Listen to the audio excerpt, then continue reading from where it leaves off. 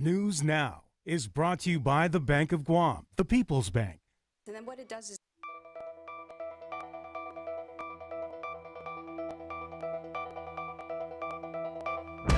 from the Pacific News Center in Hagåtña, Guam, here's Clint Ridgell and Janella Carrera with Betsy Brown and Roselle Romanes. PNC Sports with Blake Watson. And weather with Joanna O. With your news now. Hafa, good evening and welcome to the Pacific News Center. You're watching PNC's News Now. We are broadcasting live in Saipan and in Guam. I'm Clint Ridgell. And I'm Janella Carrera. Thanks for tuning in.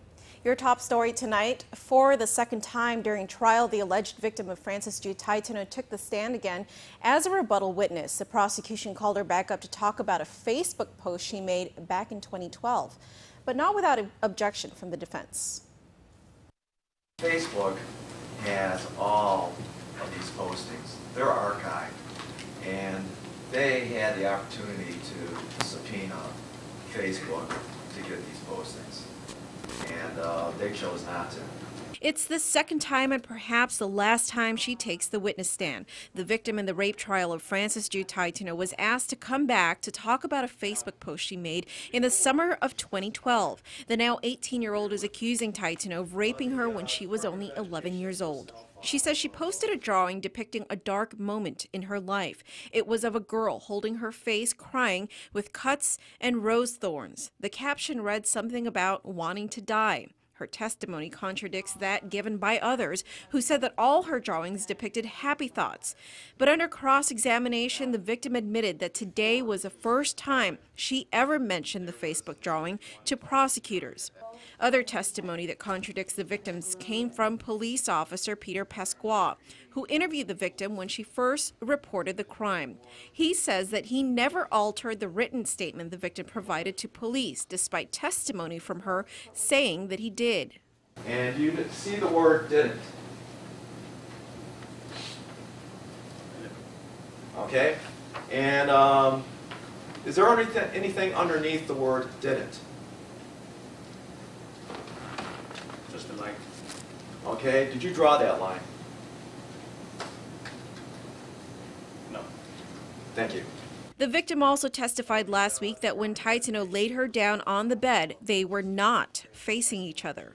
In that oral statement, didn't she tell you how the defendant positioned her when he placed her on the bed, when she was brought back into the bedroom? Yes. And what did she tell you? She stated that she was placed on her side, facing the defendant. I have no further questions.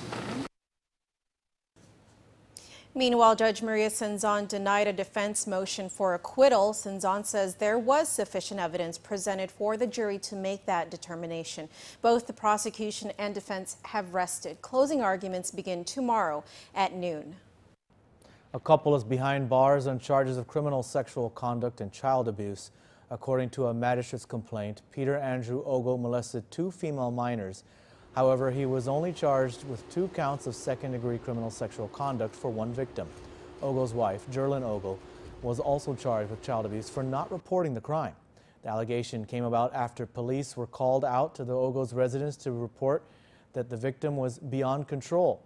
In the process of interviewing the victim, she revealed to police that she had been molested by Peter Ogo once when she was 15 and another time when she was 12. She told police that when she was 12, Ogo touched her breast but claimed to have mistaken her for his wife. In the second incident, the victim says she caught Ogo fondling her private parts while she was sleeping. Peter Ogo denies the allegations. Jerlyn Ogo admitted that the victim had confided in her about the incident, according to police, but that she didn't report it because the victim didn't want to report it. The victim, however, told police that when she reported the incident to Jerlyn, she dismissed her claims and told the victim that she must have been dreaming. 48 people will not be getting their food stamp and welfare benefits for a year or more after violating program policies. According to the Department of Public Health and Social Services, the total amount of restitution is about $50,000. PNC's Roselle Romanes has more in this report. public health is tracking down more residents abusing public assistance programs. In fact, for the first quarter of fiscal year 2015, 48 individuals were ousted from food stamp and welfare benefits for violating program policies. 2 quarters ago, there was approximately 26 people that were caught in violation. Last quarter is approximately, I think, 38. This quarter is 48.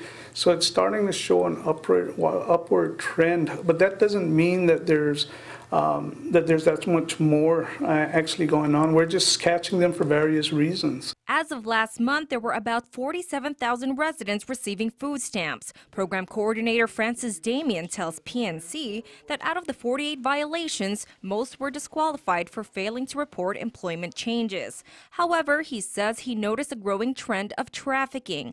Damien explains. They're either exchanging their benefits for cash, which is a definite no-no, or even crediting. And in crediting, there's no way of regulating that, so they need to be very careful. The stores should not have been doing it, and the clients as well, so it's almost a conspiracy. Individuals caught abusing the program will be ineligible for benefits for a year for the first violation, 2 years for the second violation, and a permanent disqualification for the third violation or trafficking over $500. The whole reason for this program is assistance. So if you really need it and you're using it for, in this instance, the SNAP program, the food stamps, then you should use it for that particular purpose. To comply with the program requirements, Damien reminds residents to report any change in employment, household members moving in or out, or change of address. For more information or to report a violation, he says to call 735-7353. Rosal Romanes, PNC News. Speaking of food stamp fraud, the owner of Sky Mart in Jigo was ordered to pay back the $170,000 he stole from the SNAP program. Kun Sup Song pleaded guilty in March of last year to unauthorized use of food stamp benefits. In addition to $170,000 in restitution, Chief Judge Francis Tedinko Gatewood also ordered the forfeiture of $208,000 and his Toyota 4Runner. Finally, she sentenced Song to serve 8 months of home confinement and 5 years of probation. According to a release from the district court, Song defrauded the U.S. government by extending credit to food stamp recipients and charging them interest, and also allowing customers to purchase ineligible items with their EBT cards.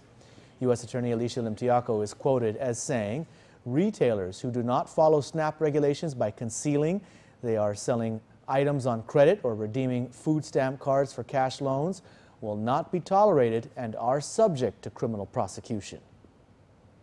The long-stalled procurement of security equipment for the island's public schools could finally be moving forward. General Services Agency Procurement Advisor Robert Kono told PNC today that Assistant Attorney General Fred Nishihira is now reviewing the invitation for bid. $800,000 was appropriated for school security under the Secure Our Schools Act, which was signed into law in April of 2013. The law required that GSA award a contract no later than 60 days after a security study was submitted by DOE. The study was turned in on May 31st of 2013, but so far no IFB has been issued, as there were several delays in drafting the IFB. Now that the draft has been completed, Kono says GSA will meet with Nishihira next week to determine whether the IFB needs any further revision. We're at the final stages, so I do not see major issues. However, you never know what comes up. If there are no problems with the draft IFB, Kono expects it to be issued pretty soon. The Teason High Titans will soon be able to host home games on their new campus, with the groundbreaking ceremony for a fully functional gymnasium held at the school this afternoon. PNC's Betsy Brown has more on the project. The Teason High School Titans will soon have their own 16,000 square foot gymnasium to host athletic events in. A groundbreaking ceremony was held on the construction site this afternoon.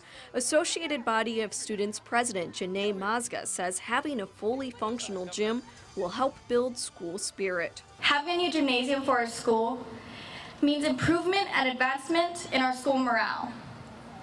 We will begin to see more student support and unity. When the announcement of our new gymnasium was being built, all you would hear from the students was, it's going to be so nice, I can't wait for home games, pep rallies are going to be so much fun, and from there, you can see students uniting. Well, the purchase of the Tietzen property was met with a lot of criticism. Governor Calvo took today's ceremony as an opportunity to say it was worth every penny. I do believe that our youth are priceless, but that doesn't mean we're going to overspend. And for this particular facility, we did not. So to all of those that were stakeholders, God bless you. Let's continue to move forward. Let's focus on the future of Island. Let's focus on our kids. The new gym is expected to be completed in September, so the senior class won't be able to enjoy it. But Fernandez took time to recognize the seniors and thanked them for building the community of Tietzen High. Just monitoring how things have gone this year, from the smooth opening to how we dealt with adversity in light of some of the school violence, to what they're doing right now and being representatives and role models for the rest of them. According to the governor's office, the gym costs $14.4 million and is part of the lease-to-own purchase agreement. Betsy Brown, PNC News. All right, thanks, Betsy. And speaking of Titans, our very own sports Titan, Blake Watson, he's next with sports.